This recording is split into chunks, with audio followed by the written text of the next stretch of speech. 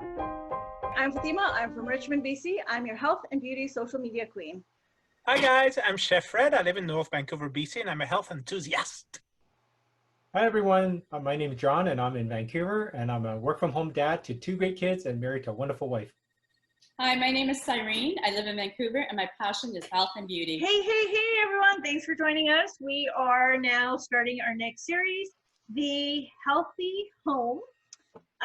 So for those of you who would actually like a copy, well, it's very simple. We do have a draw. So for each of our series that we're doing, if you are commenting on all of our posts, if you like our Facebook page, which is The Healthy Vibes, if you tag 3 people in our main post, which is pinned to our Facebook page, as well, if you share this, you will be entered into a draw, and you could be one of 4 winners of this lucky book. It's an amazing, amazing book full of lots of juicy information.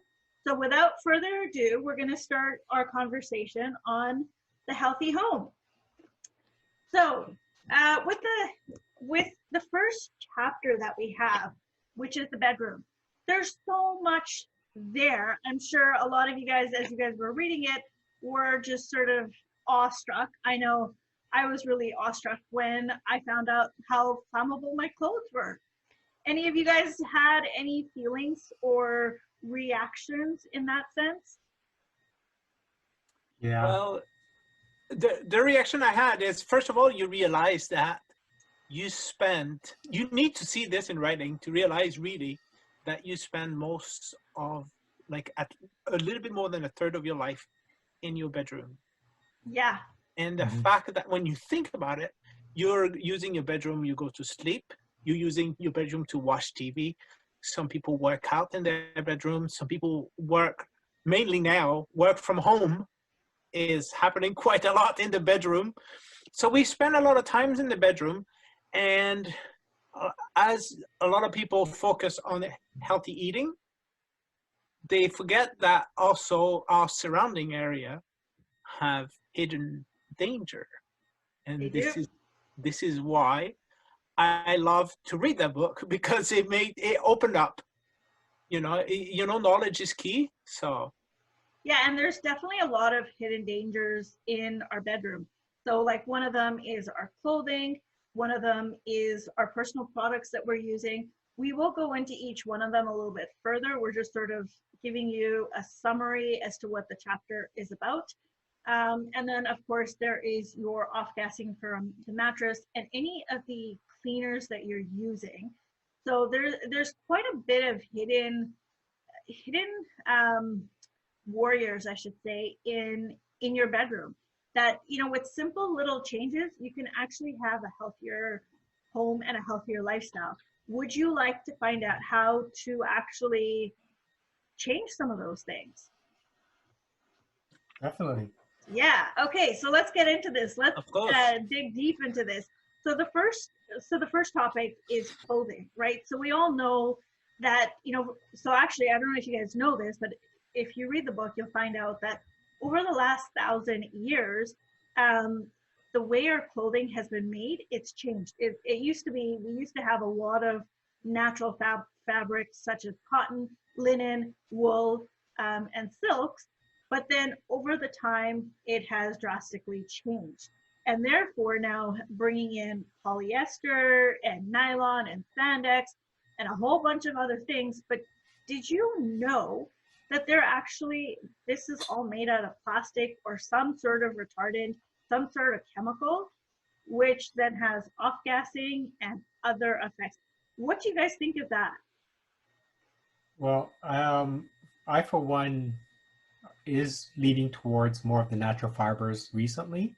But it's hard to get around it because a lot of the clothes that are more the performance clothing, they are, polyester. They are, like they're the high performance fabrics where they keep you cool, but then also keep you warm at the same time. So they have all this technology in it that it's hard to try to find it from natural materials. But I've been trying to switch back to wool, which I know when I was a kid, wool wasn't the in thing to wear because it wasn't made in a way where you felt comfortable. It's always itchy. It's always itchy. It's always rough, and so I'd always get like rashes everywhere.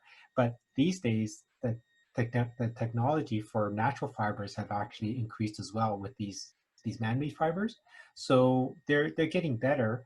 But I know it's hard. You know, it's hard when when I go out hiking or I go out cycling. There are clothing that I just wear that are made with those fabrics. And what Fatima is saying, a lot of these clothing is made of plastics, which is derivatives of petroleum byproducts.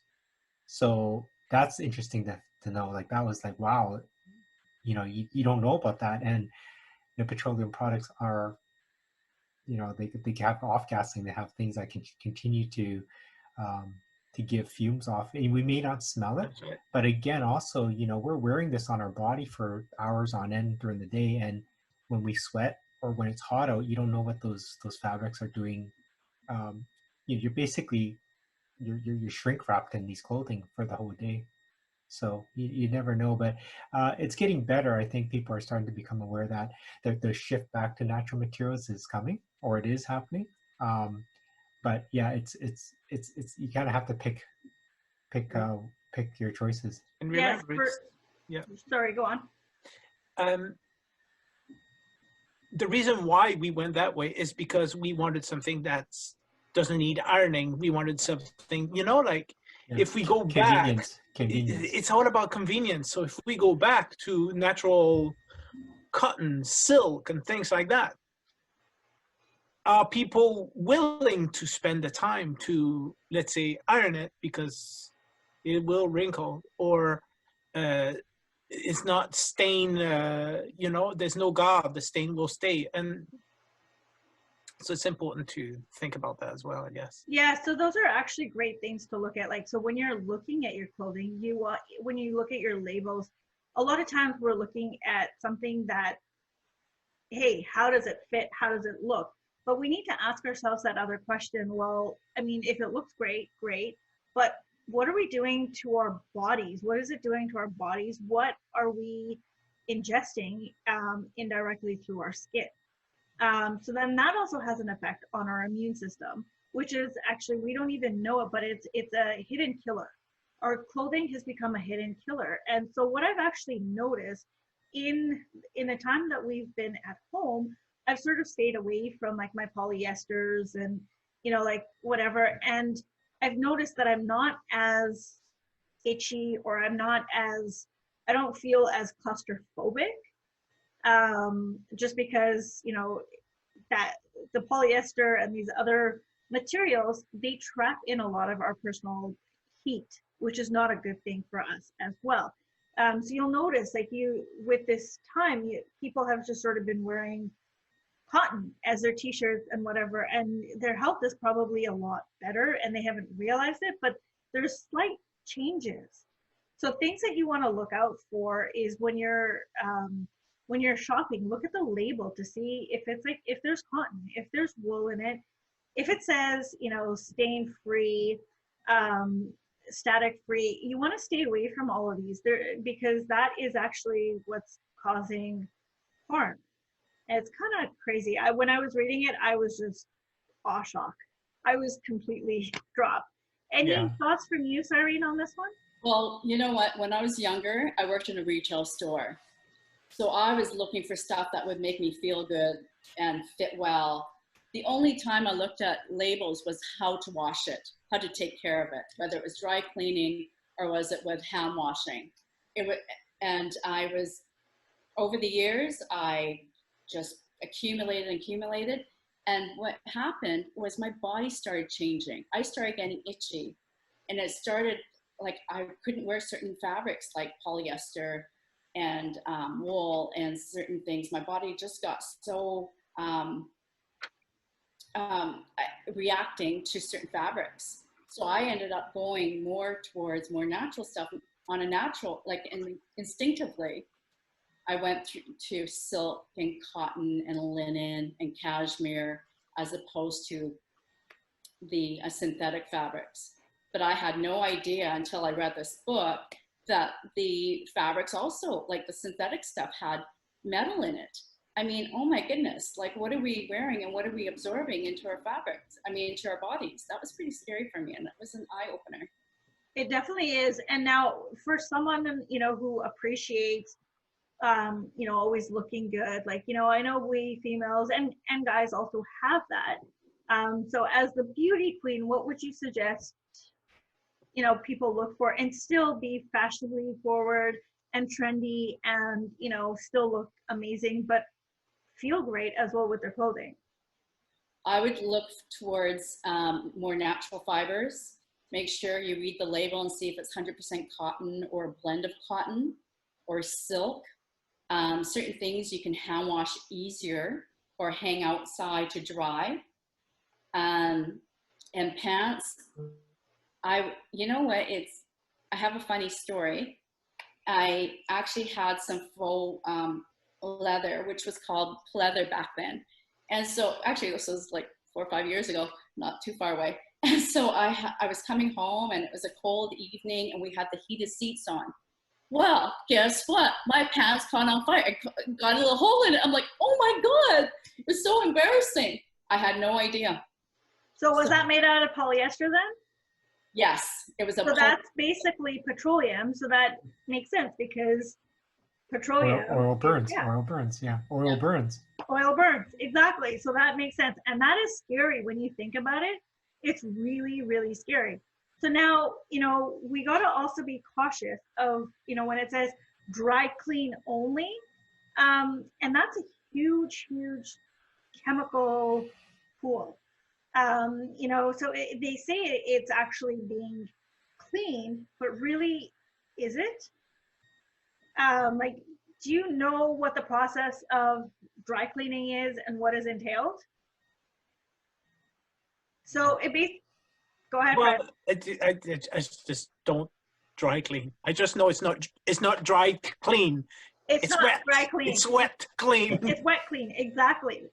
And it's just basically, it'll take out your stink, but it won't do anything else. And now it's putting more retardants and more products on chemicals onto your clothes, which is going to be touching your skin. And so guess what? You're going to be itchy a lot more because now you're going to have some sort of reaction to the chemical that's been added. And for those of you that were watching our episode that we had on Thursday, I was talking about the fact that we had a house fire. Well, they did take everything in for dry cleaning because they had to take all the smoke out of it. By the time I got it back, I had to send half my clothes back because they had put so much product on there that I was so itchy. So they had to put another calming product and just, so that there's more product and more product.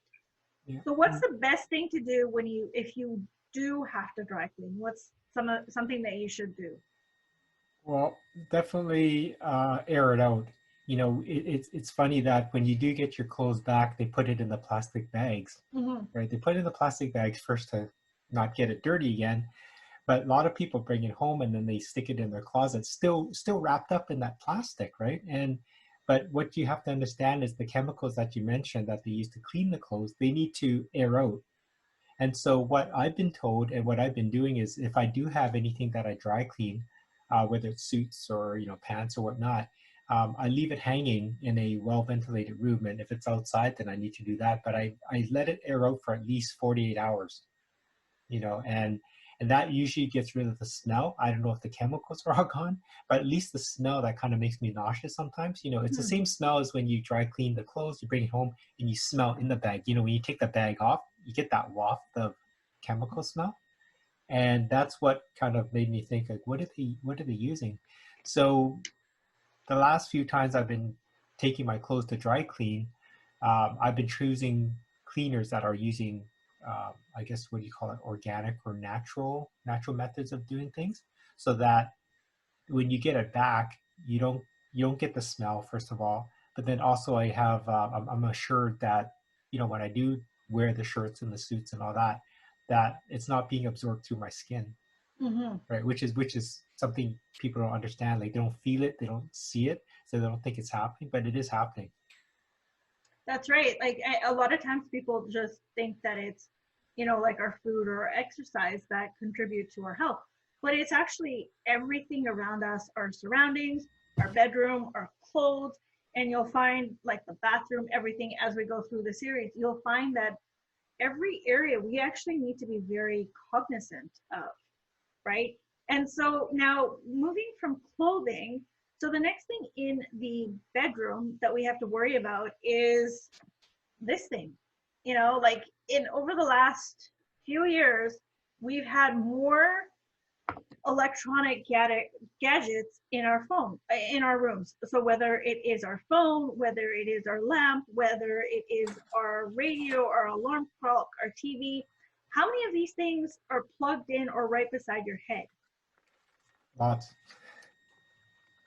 Yeah, and that is actually causing EMFG. And do you guys know what that is? I know it doesn't sound good. Yeah, no, it isn't. It's electronic magnetic field, right? And so what all of that's doing, it's keeping your brain, like it's just hitting your brain and it's just keeping it active, very active. So imagine you have like a fuse box or something that's like right beside your head. You're not going to get the best sleep. If you're supposed to be there 1/3 of your time, how are you going to get there? So do you guys have any simple tips as to what you can do and what you should leave outside of the bedroom? Well, what we did was we have one clock and that's it in our bedroom. We don't have our phones there anymore. We don't have radios. We don't have anything that stimulates us. We actually make sure that our drapes are dark to have good night's sleep. But the only thing that I can't get rid of is the fuse box.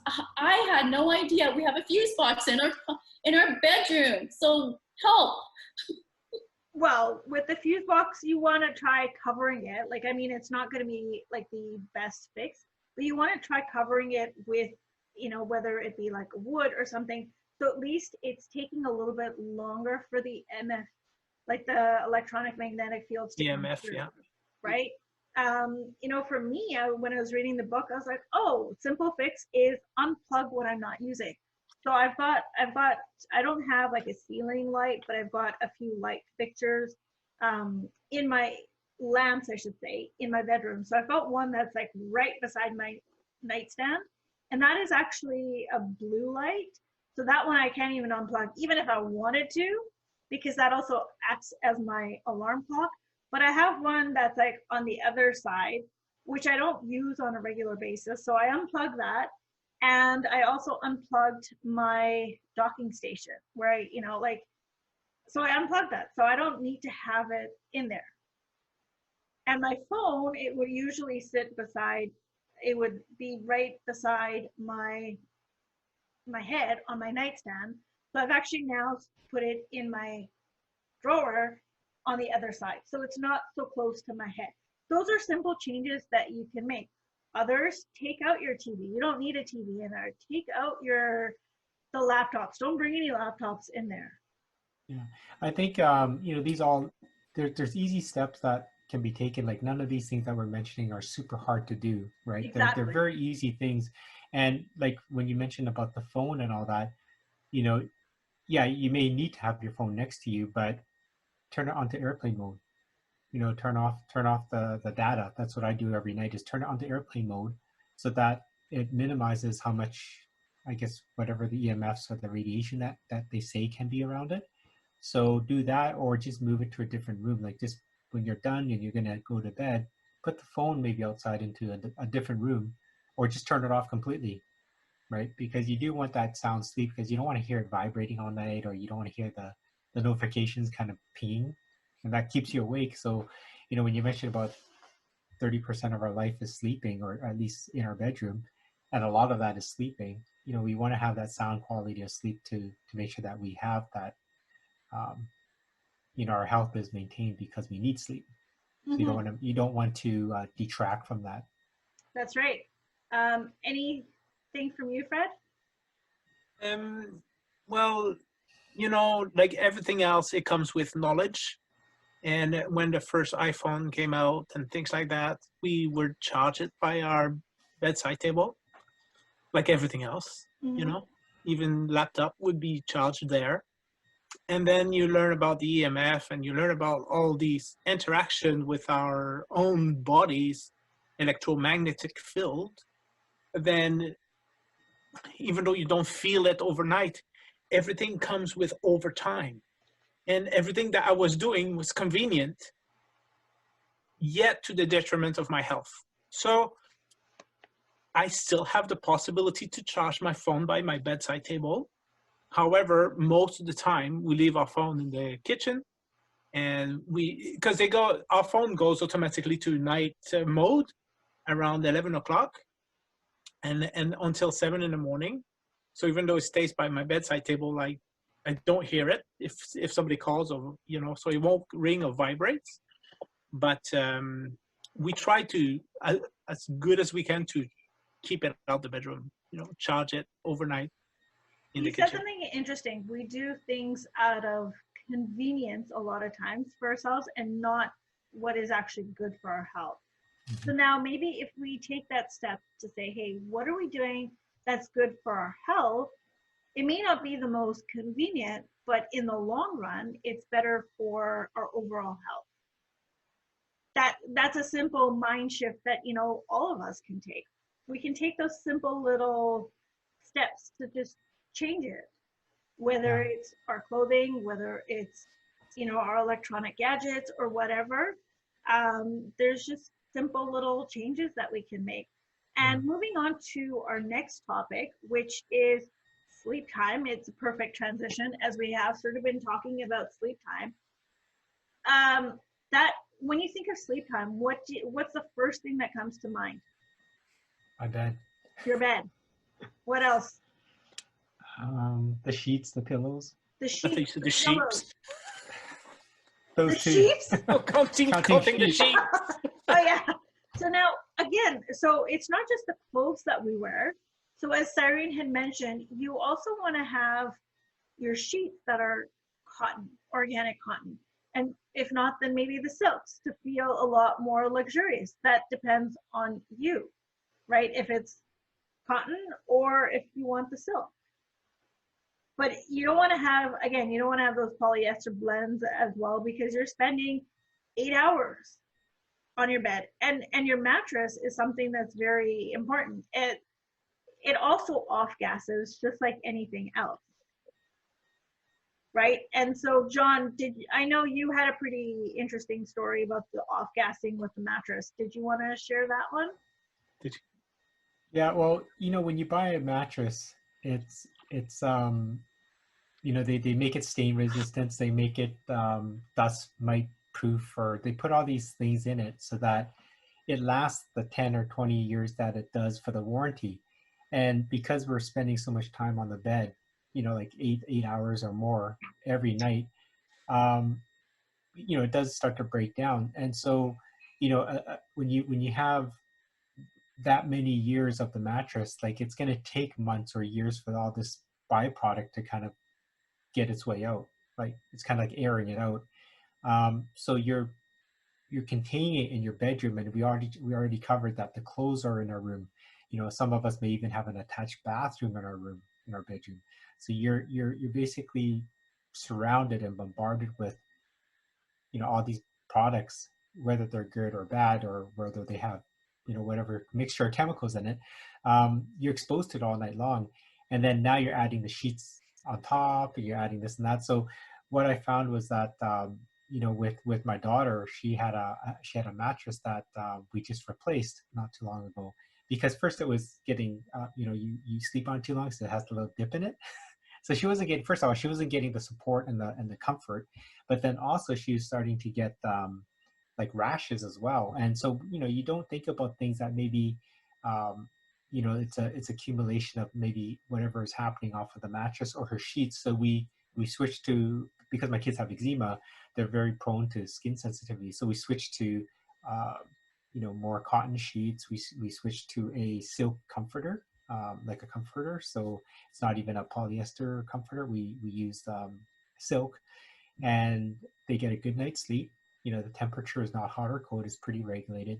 So it's just kind of just being aware. It's not always more expensive. You just gotta have to do your research and find out what is a safer option, and just, you know, replacing bed sheets, you know, that's easy to do, right? We're not asking to replace your bed all at once. Do things in steps so that you can kind of start, you know, chipping away at things here and there. Perfect. Yeah, that's well said. And I know, Fred, you had when you were reading the book, I know you were laughing at one of the comments, but it is a great tip, and every female could definitely utilize. It's just a restriction. It's just because, you know, people don't realize it, but they go to sleep with their socks on. They go to sleep with you know, clothes on that could be too tight. Therefore, it's an hindrance to your lymphatic system, because when you're sleeping, it's what we call your cell repair time. So you're going to sleep to regenerate. It's like a brainwash. Your cells are repairing and stuff. Your lymphatic system moves throughout your body, and it's getting rid of the toxins and things like that. But if you are wearing something that is too tight, then there's some blockage that can occur, and you're not getting the proper repair that you should be getting.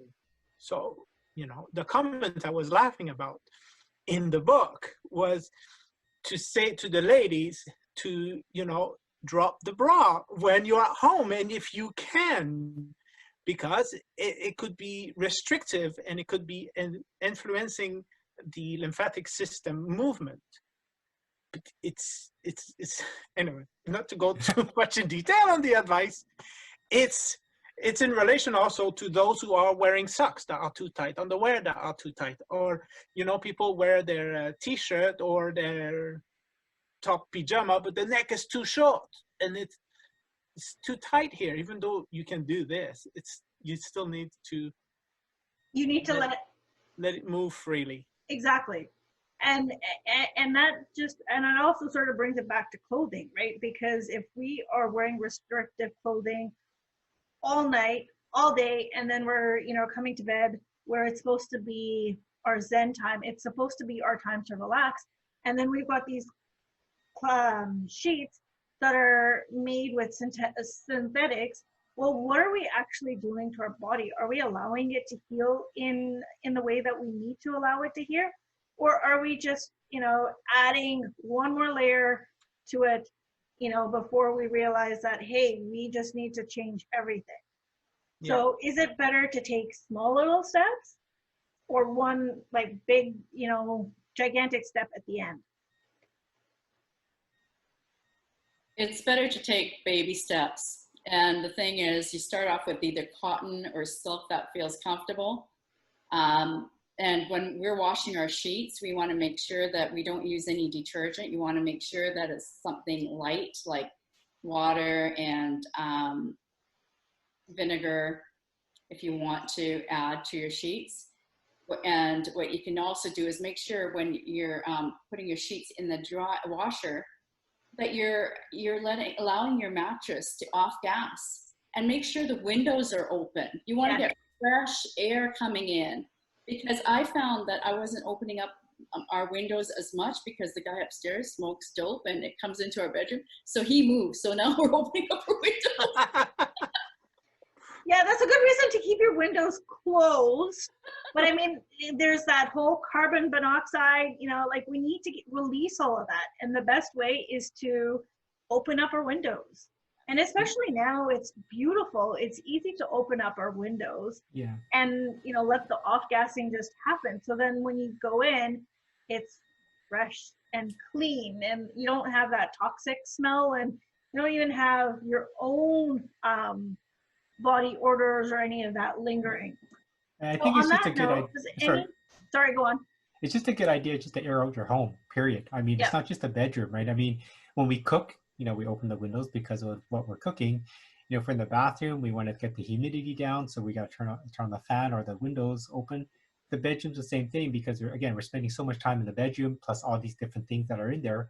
You want to air that out as well. So, you know, once in a while we hang out our comforters out on the laundry line, just to kind of air it out, let the sun kind of just do its thing, and they all come back in, and you get the nice sunshine, sun smell, whatever you call it, and it's nice, you know. And this is without sending it to the dry cleaners.